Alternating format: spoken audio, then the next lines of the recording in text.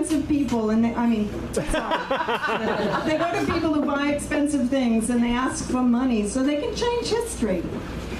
My sister's a member now. I can't believe it. It's like, why do you want participation awards for all the Confederates? First of all, they're all gone. And second of all, they lost. They don't need a participation award. Right? Thank you. They were trying to leave the country anyway. It's crazy. Daughters of the Confederates. We'll change history. Stop it. Stop corrupting our youth. Wouldn't it be great if schools actually could teach people things instead of having all these groups come at them and go, oh, you can't teach them that. It's like people aren't learning anything anymore. Teach them the truth. What was that? Teach them the truth. Teach them the truth, and that's why I come out once in a while. That's why I come out. My name is Mrs. Jacob Williams Peabody. I still don't know why that's plural. He's clapping. Isn't he sweet? Can I tell you something? I think we can turn the world around right now. All we have to do is stop saying fine when anyone asks you if you're okay. You okay? How you doing? Fine. It's not that. It's a lie, right? Because we're all working with something. We're all dealing. It's like I get lost in the car all the time. The gyps lady cuts in. I end up finding where I'm going eventually. Right? I'm dealing. How you doing? I'm dealing. I'm trying. Maybe. Just throw out anything but fine. If we just make fine a 4-letter word, I think we'd just be so much better. Well. Better. Yeah. Well. Well works. Well works. It does. It does. He's got a point. Well, who are you? I'm Steve. He's Steve. Ladies, get up for Steve. Yeah. He comes here all the time. Comes here all the time. I've got to tell you, I feel like I've had too much coffee today, and I just. Sorry, the mic is moving in a direction I wasn't expecting. Sometimes you have to check that, you know what I'm saying? Maybe I shouldn't touch it. I feel like it's going to fall off the end. Let me see if I can scoot it back. There we go. All right, scoot it back. Yeah. So, yeah, give it up for oh, I have to tell you this. Jimmy John, this morning I was talking about, I had snow on my back porch, and I just smushed it down because I couldn't get to my shovel. I think it's in the workshop, but that's in a shed, and I couldn't get there. So I smushed the snow down and told Jimmy about it this morning on the podcast for Eden Cafe. And he came over and scraped the snow off my back porch. Give him a round of applause. He did Yeah. Ladies and gentlemen, thank you. Jimmy, are you around? Jimmy John. My name is Mrs. Jacob Williams Peabody, and you guys have been so sweet. All right, how about that? Mrs. Peabody, she's a beautiful person. How about that? All right. Okay, I appreciate the plug over there, and hey, yo, I appreciate the free sugars we've been getting all night from yous, all right? Okay. Hey, thank you, Joey, appreciate that. I was getting a little pain in my back over here. Hey, yo, this is our show for the first segment. I hope you folks enjoyed it with my cousin Bobby Rackets and my other cousin Jerry Junk and Mrs. Peabody and Tony, who's in the back somewhere. And, of course, our own Black Trump. Yeah, pretty good, huh? All right. I gotta disappear. I gotta take care of some business, so I'm gonna bring up your host for the second half. Here he is, Jerry. What Diamond? Hey, there you go. Hey, Jimmy Junk. Give him a Jimmy Junk, everybody. Hey, Jimmy John. Isn't he great? Everybody you saw here, you saw my cousin, other cousin, Jerry Junk. He's an idiot. I don't know why I deal with him for. He's got to get out of the family. Mrs. Peabody and Bobby Rackett, and of course, our home Black Trump. Want to give it all applause for everybody. Come on. They were great. You all doing good tonight? Yeah. Thank you all for coming out. Yes, my name is Jerry Diamond. I spell my diamond with a Y. Why? Because I'm too poor to spell with an I. Okay? That's it. And it's pretty funny because when people try to spell my name, I said it's still Y, not I. Well, why is that? I'm poor. You see rich people dressing like this, do you? No, absolutely not. Salvation Army? Walmart? Target. So anyway, yeah, thank you all for coming out tonight. It's great. I'm a big guy here. Baseball, football fans here? Yeah. Yes, I'm a huge Mets fan and Buffalo Bills fan. The two worst teams in the NFL and MLB league. Okay? Very bad. But I tell you what, I make money out of it. Giants will give me a run. Yeah, but no, my team's a lot better. Trust me.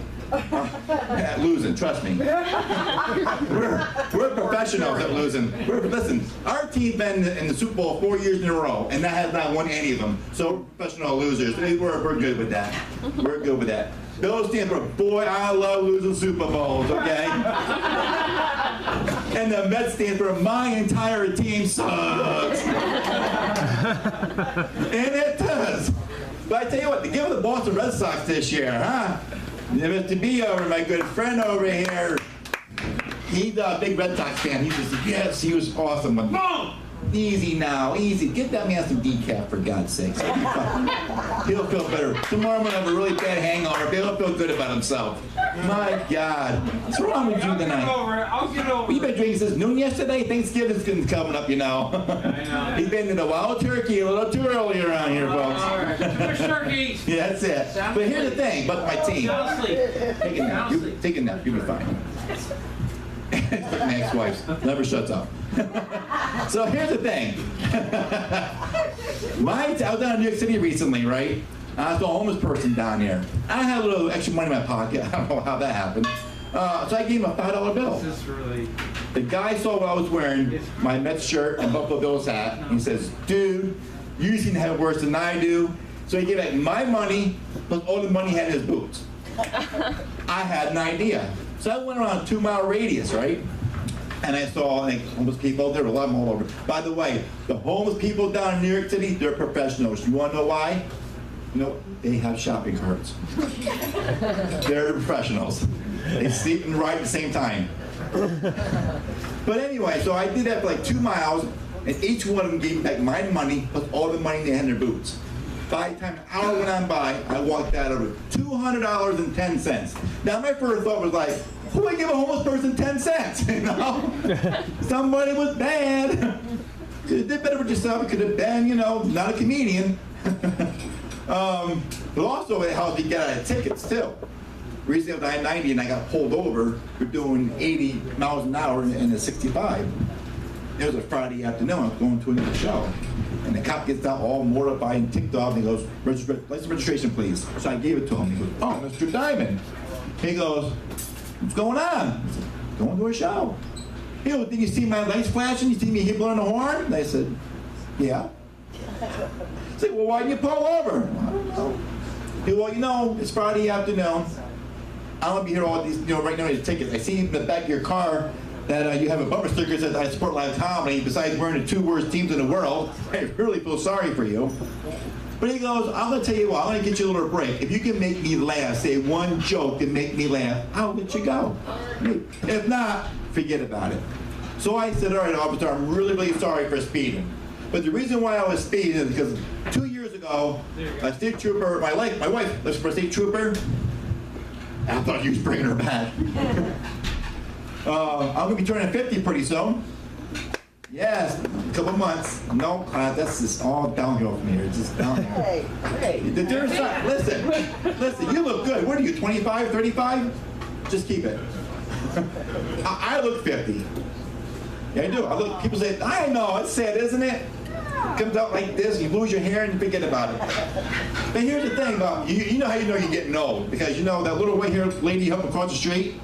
That's your girlfriend. You know you're getting old that you got more hair on your ears than you do your head. Okay? You know you're getting old that you and your teeth no longer stick together.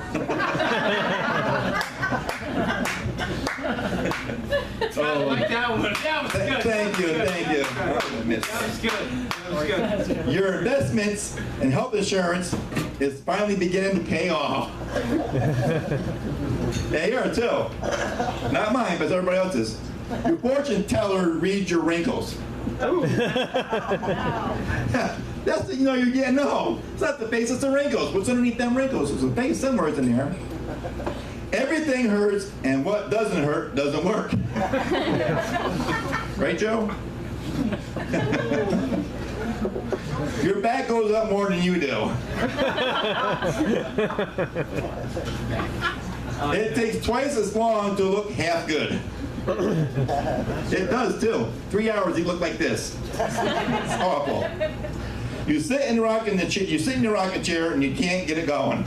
Do you oil that, honey? Want to give me a push? Hold it back. I like that one. Thank you. Awesome. Your knees buckle up and your belt won't. Oh. It's like a straight with the teeth situation. That was pretty. No man would want to admit. You got that right. Your idea of night out is sitting on a patio. That's your night out. Yeah. Your secrets are safe with your friends because they can't remember them either. You are cautious to slow down by the doctors instead of the police. Yeah, you are. You're cautious to slow down by your doctor. Yeah, Joe. Pay attention. She's telling you a story. You know you're getting old, you asleep, but others worry that you're dead. It's past 6 a.m. Time to get up. Since yesterday, you try to straighten out your wrinkles in your socks and discover you aren't wearing any. Another sign you're getting old. You no longer think the speed limit is a challenge. You don't. You're going faster than your car. You got something going on there. And the last thing about you're getting old, that you can't remember being married twice. That's it. My name is Jerry What Diamond. You guys ready for your next comedian? Yeah. All right. Ladies and gentlemen, you're in for a treat tonight. This performer has performed at the GM Festival in Glens Falls and at the Funny Bones, and actually was the winner here last night in the comedy competition last night. So please give a warm welcome to the very funny Dan Frank.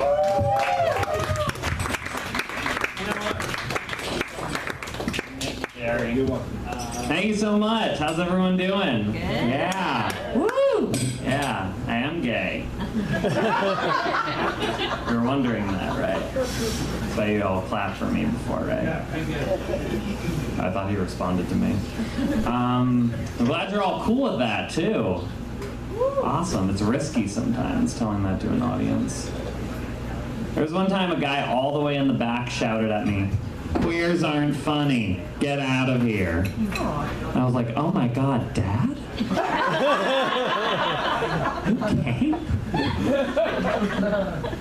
It was just a drunk, though. It was coming out day recently. I came out to my parents and my family, finally. I was very, excited about that. I finally told them that I do stand-up comedy. They didn't take it well. I could say no. They said the usual things comics here, like, "Are you sure you're not just confused? Maybe just give Law another try." I was firm though. I said, I can't change who I am. Also, I'm gay. Slip that in. It's funny, when I told my mom I was gay, she had the same reaction when I told her I do comedy. She goes, "I don't care. Just don't involve me." And I was like, got it, don't write jokes about Mom. Don't invite her to sex parties. Okay. Glad we got that clarified. I went on a terrible date recently. Anybody else on a terrible, excruciating? Awesome. Okay. I thought, not awesome, but Okay. I thought I was sad and alone. No, not alone. I'm just sad. I went to this place called Sukhothai in Albany. Anybody been there before? Lark Street? Great place, right? Awesome food, terrible company, never go with this guy. So I order a beer just to kind of lighten the mood a little bit, and he grabs he didn't grab my hand yet. That's later. I order the beer and he goes, "You're having a drink?" And I'm like, "Yeah." And he goes, "But why?" And I'm like, "'Cause you're yelling and freaking me out." And he just kept badgering me about it with the whole thing. Like, when I finally get the beer, he puts his hand on my hand and he goes, "You know you don't need a drink to be fun, right?" And I was like, "Listen, Nancy Reagan, I know I'm fun. I'm drinking to make you more fun, right?" Quoting Moms Against Drunk Driving on a first date.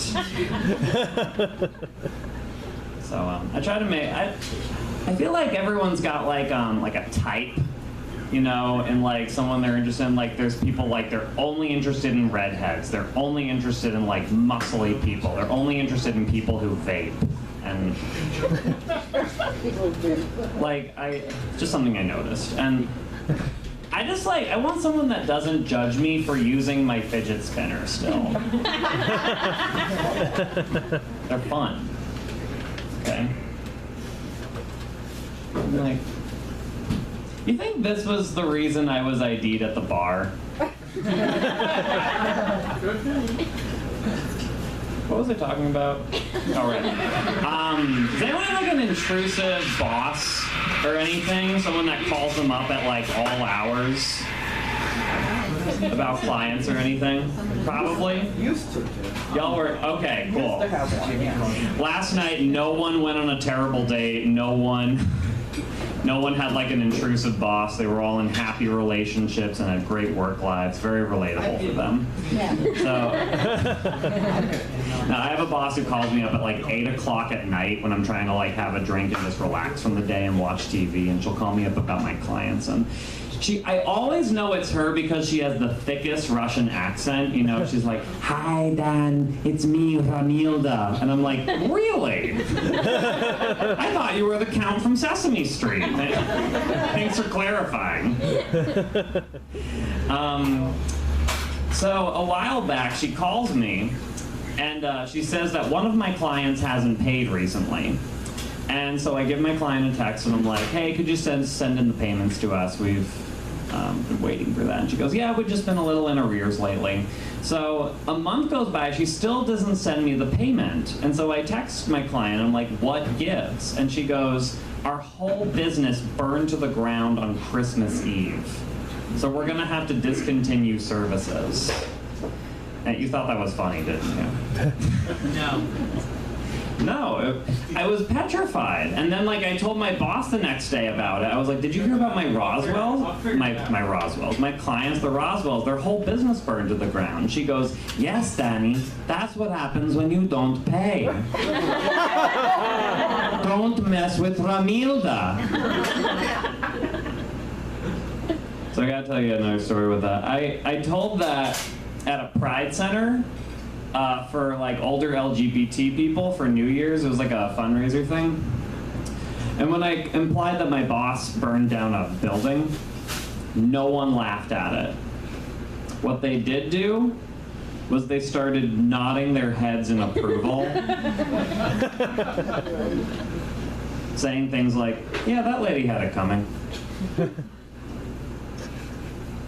Which makes me think it's like a generational thing, kind of. Like, if someone like cheated me out of $50, like, I'd probably just not have them back as a business person than rag about them on Twitter.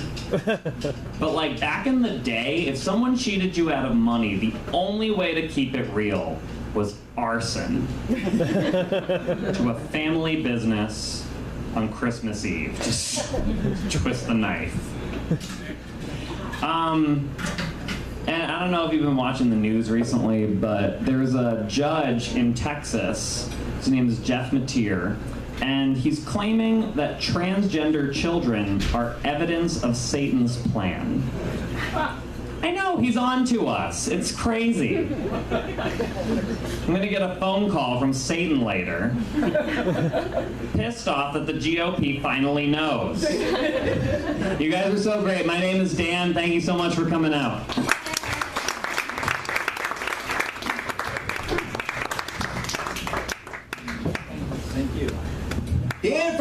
everybody. Give it up for Dan Frank. He was pretty funny, wasn't he? And he won here.